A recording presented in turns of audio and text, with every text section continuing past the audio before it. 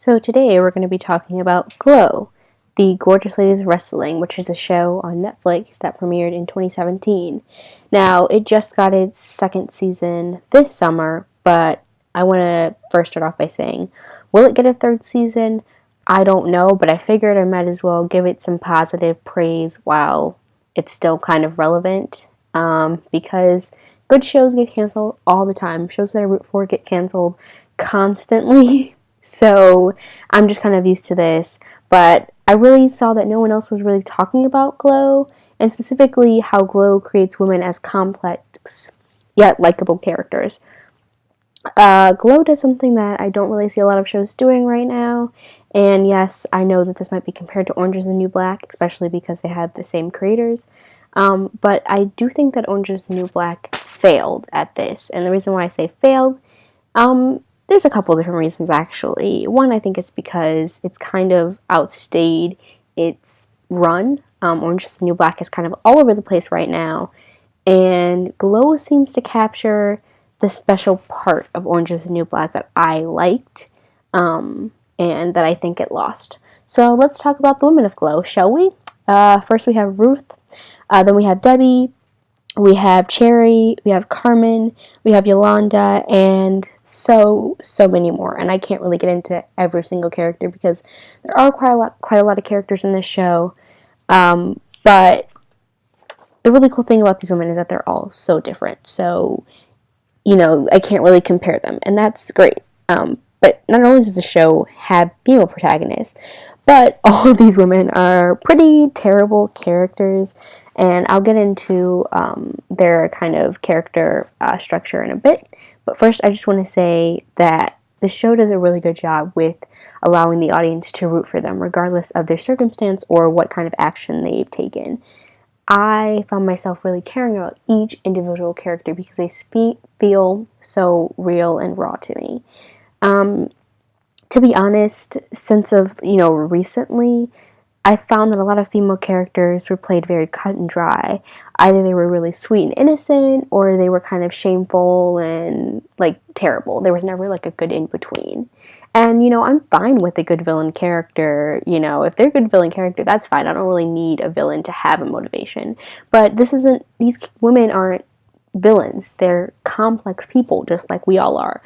We have friends, we know those friends that we don't always agree with what they do, but we still love them anyways, and we sometimes are those people, we're not perfect, and I appreciate a show that can really get that right, because there's a fine line between, complex choices and bad choices and just, terrible or kind of, not truthful.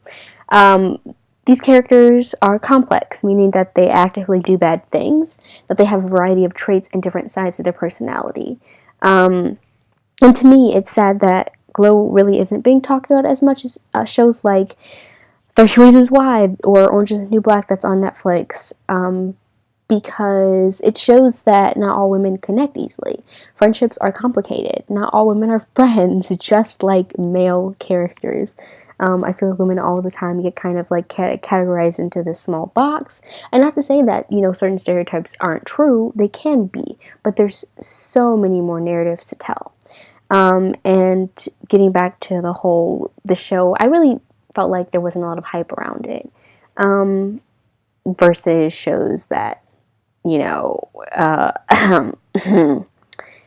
kind of don't deserve to be on the same status as Glow, but whatever.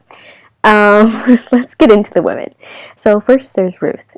First of all, let me just say that I love Ruth's look. Ruth is short, and the camera doesn't really try to hide it, whereas I feel like a lot of women in Hollywood try to hide if they're short or, if they're not tall. And Ruth is short. The camera shows an unconventionally, but to me, a pretty character. Unlike Debbie, who is Ruth's foil, which means that she's kind of everything that Ruth is not. And I'll get into Debbie in a second. But, it's easy to see Ruth's decisions, even though she doesn't make great decisions. For instance, the thing with, is his name Ted? Ted, I think. But also, like, you know, we see her jealousy, we see her need to control things, but, you know, we can constantly tell that she's trying to work on those actions, and we also root for her because she's kind of the underdog. She's kind of the woman that doesn't really get represented as often, and in the end, she ends up making and reconciling with a lot of the things that kind of cycled around the first season. So let's talk about Debbie, because Debbie's kind of one of my favorite characters, and I'm not sure if it's the way the actress is portraying her or if it's her character. Like, I'm not sure, but Debbie's actress, which I didn't write down the name and I feel really bad, has everything that she could want. She's white, she's rich, she has a seemingly all-American life, yet she's really unhappy, and she's also very mean, but likable. I mean, you can tell that this character, she makes snarky comments. She is kind of, I wouldn't say she's smarter than the other characters, but she knows how to market herself, right? Like the whole thing with the contract, where she made a separate contract for just herself, and never told the other girls. Like, right, that's a selfish decision. We get why she's doing it to protect herself, but it's kind of a terrible thing. But Debbie is just, like, really mean. She is just kind of a terrible character, especially when she ends up intentionally breaking Ruth's leg or ankle, I believe. Like, that's a terrible thing, but at the same time, we understand because she is tired of seeing Ruth unhappy, right? Like, she's tired of seeing Ruth getting what she wants. She feels like Ruth ultimately made her life terrible, and so why should Ruth feel like she needs to be happy? So in that way, we sympathize with her because we've been at that low moment. We've understood what it's like to feel a type of rage or jealousy for your friend. Even though that person is your friend, you have a complex relationship. Let's also talk about Carmen, because I think Carmen, she has kind of a big plot to the show, but we don't really get to know a lot about her life. But she represents the kind of smart and kind girl in all of us. Yet you can tell she wants more. She wants to be more. She wants to be noticed. She wants to be listened to. And we've all felt this way, especially when, you know, you're a person of color, especially when you don't fit the mold of societal, you know, standards of beauty, which there's really only like two societal standards of beauty, is that you have to be white and that you have to be thin. And so we, a lot of the times, understand what it's like to be Carmen, right? Like, Carmen's in the shadows, but she really does stand up for her friends. And I would say that she's a complex character because she definitely grows throughout the season, right? She's not the same shy person that she was season 1, episode 1. She develops as a character, but she doesn't necessarily do anything terrible in this season. I just really wanted to bring her up because I think she's just a really cool individual that we should pay attention to.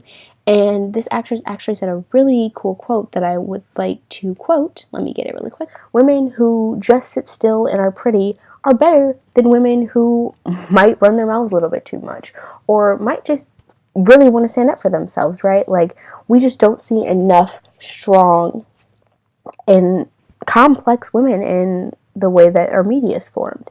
And Brittany's quote really kind of talks about that, and that the more and more media that we let influence us, sometimes the more that can undermine who we are and who we want to be. I will, of course, later on be doing analysis on one of the episodes that I think is my favorite in Glow, but that'll come for later. I just wanted to do this really quick because I think it's super important, and, you know, I wanted to kind of do something positive for Glow that I hadn't been I also want to mention that this show carries a lot of topics such as stereotypes, diversity, issues with women such as sexism and women in the workplace. I mean, there's so many topics that I could get on. Regardless if you feel like they succeed or they fail, they tackle them. And maybe I'll do a video on those as well. But at first, I just want to make this positive video, just explaining really the core of what makes Glow wonderful and fun is the women. So thank you for watching. Hopefully you enjoyed, and bye.